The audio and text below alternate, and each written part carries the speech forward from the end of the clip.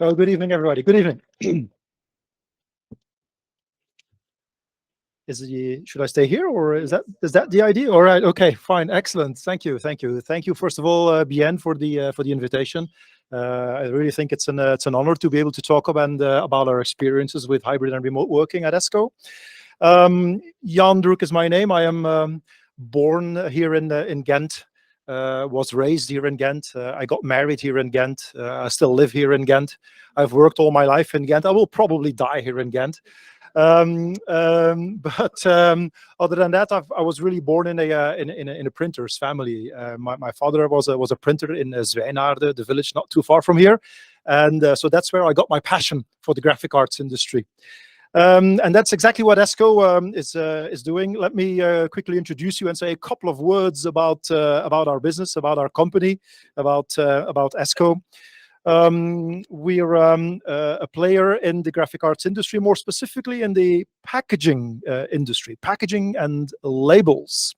And we believe it is our mission to help our customers accelerate the go-to-market process of consumer packaged products. Now, we really are in touch, all of us, in touch with packaging on a continuous basis, day in, day out, without really noticing it. I mean, think about it. Your breakfast, you probably have your butter and your milk carton on the table. You have your Kellogg's cornflakes box over lunch. Towards the evening, packaging is everywhere in our lives, but you really hardly ever think about it. Packaging is very much a commodity.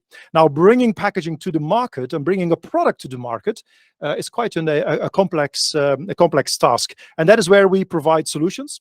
We do that with software and hardware. We have a portfolio of software for brands like the Unilevers, the Danones, the Nestlés of this world, to manage internally their packaging projects, to manage content, and to manage all their assets. We then have also a portfolio of dedicated graphic arts software, a little bit the equivalent of the Adobe Creative Suite, however, then dedicated and specific for packaging. But we also do hardware. We have a Flexo plate making device for the ones amongst you that are familiar with flexographic printing. Flexographic printing is still responsible for 60% of all printed matter in the world. A lot of flexible packaging, definitely. And we also have inline camera systems on the printing presses to do quality assurance of printed work at print speed, at production speed. Interesting to know probably is that we are associated with Pantone. Anybody in the room know Pantone, the brand Pantone? Yes, of course. Pantone is the #1 authority in color communication with their PMS system, Pantone matching system. And we're also associated as a sister company, actually, of X-Rite. And X-Rite is the #1 player in color instrumentation, photo spectrometers, and so on.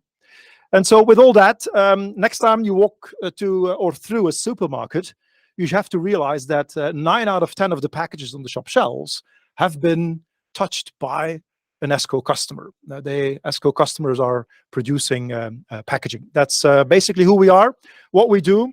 And it's basically a grand total of 1,800 people globally that wake up every morning with packaging in mind and go to bed in the evening with packaging in mind. Now, the thing is that of those 1,800 people, roughly 60 to 63% of them are customer facing on a daily basis. In other words, they are on the road somewhere visiting a customer. And that is literally to be taken literally. It could be basically anywhere in the world where we have customers. That means that actually remote working has been, from the onset, part of the way we work.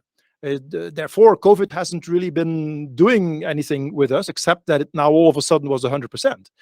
But we had that already in our culture, in our DNA. That was basically the way we work. Not only that, if I take a proxy, for instance, in the R&D department, and look at the distribution of geographies or countries from where our colleagues in the research and development department are working, there we see that we have a massive amount of countries where we have people working for us. That distribution also means that, I mean, We use Scrum teams and development, obviously, and those Scrum teams are not only from people within the same geography. I mean, we have these mixed teams. We have been using online platforms for collaboration for many years, even before the COVID crisis.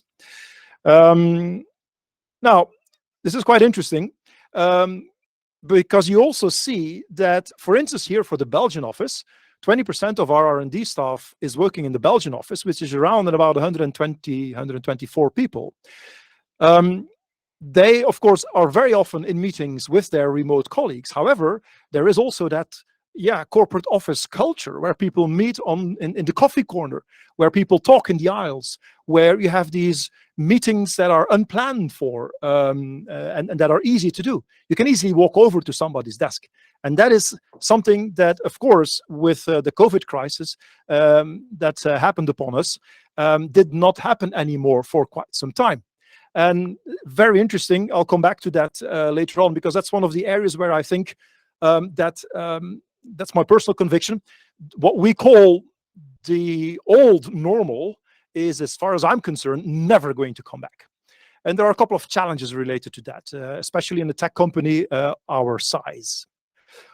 There's also a couple of good things related to the COVID pandemic. Obviously, it has been an accelerator for a big number of things, like we have improved our tech stack. We have very rapidly standardized on Microsoft Teams and SharePoint across the entire company. That was not the case before. Before, we were using a wide variety of different platforms. We have been standardizing on an online whiteboarding tool, Miro, for the ones that know the application, because that allowed our teams also to be creative from remotely and then share a whiteboard. I'm sure you all know what the experience is. That was an important addition to our tech stack, something we did not have before. As it so happened, we also went into a couple of reorganizations around the same time as the pandemic struck, which meant that we also moved to a new office. And that was actually a really nice thing for us to happen, because we had the opportunity to reconsider that office in the light of what is that new normal going to be. By the way, a term which I highly dislike. I would rather say the next normal.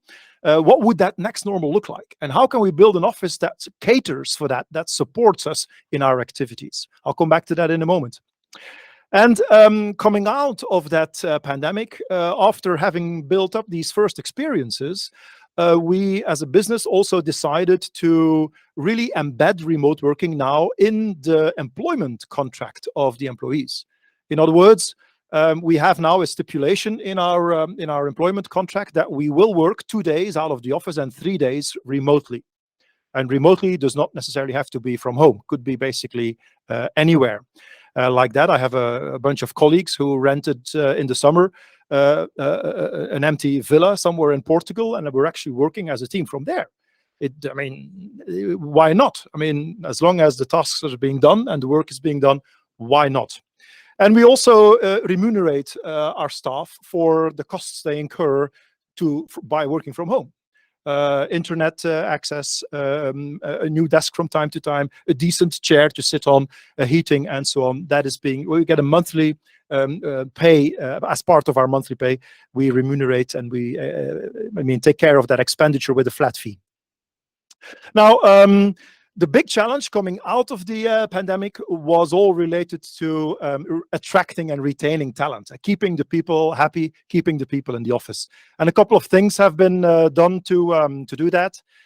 We've been strongly emphasizing and redefining our purpose and our mission, because I really strongly believe that a purpose, know what you come to work for on a daily basis, is a real big driver for retention and attraction.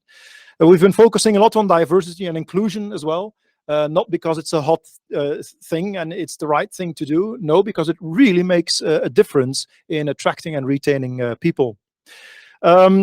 Well-being at the office also. I'll show you a couple of pictures of the new office, which is a big driver in bringing people back to the office, which is essentially has been our main challenge and still is today our main challenge, to bring people back to the office. So we invested quite a lot in this new office building, which is situated on the Loop, for the ones that are here from Ghent. One of these new high-rise buildings. We occupy 3 floors in one of these office buildings on the Loop. And we really try to create a loungy environment where people can also relax and not just work, where people can have these creative meetings together as well, where you can have these impromptu meetings and non-planned meetings, but where you can also sit on your desk and just do your work. And including some relaxation as well. I must say, the moment that I walked into this floor here, it kind of felt kind of the same almost. Also, this nice atmosphere, and very functionally designed for all the different things that we're doing typically in a software development environment. And that I really believe that this is important to attract and retain talent.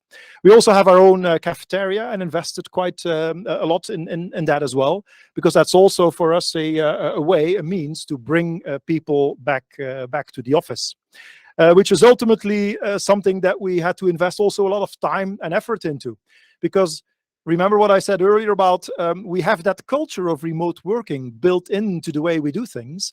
However, this additional value that you get from these interactions between 2 people in person, and the ability to quickly go over to somebody's desk and ask a question, or to have this chat with somebody from another department when you go for a refill of your coffee, that is something that in a remote world simply is totally impossible. And we really felt that that is a missing component. And now reopening the office happened on January 1st. Still today, I mean, last week I was on the 6th floor in one of the departments where I was on my own the entire day. I mean, an entire floor the size of this one here, and there's nobody there. This is one of I personally think this is one of the real challenges that we have today, that is to bring people back to the office. So we organize all kinds of things. So there's a mix and mingle from time to time where we invite people over for a drink. We have these sweet Tuesdays with cakes and all kinds of sweets within office hours, of course. We organize hikes and short walks over lunchtime in order to create that team feeling again, to bring this interpersonal interaction back, and so on. Bike to Work is one of these most recent events that we did to congratulate people that actually come to work by bike. And so all these initiatives are essentially there to really drive people back to work, and at the same time also drive attraction of new talent and drive retention of the people that are there. As a conclusion slide, we have fundamentally chosen for a hybrid working model, embedded that into the employer contract. So it's really stipulated in the contract. It's part of the agreement that we have with our employer. So we really chose for this model, and we also chose to really support our staff in doing that by remunerating them. The infrastructure is entirely, I mean, the office infrastructure is entirely at service of this particular work culture. We're really driving this forward. But indeed, as I said earlier, I mean, bringing people back to the office is really crucially important, and that's an area where we need to work on.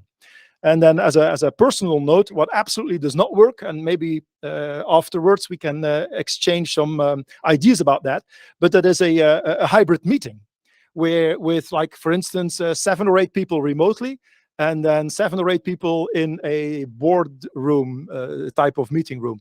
Now, that type of meetings, for me personally, simply does not work. Maybe you have other ideas about that, but at least that was my story. I hope you enjoyed it. Thank you very much.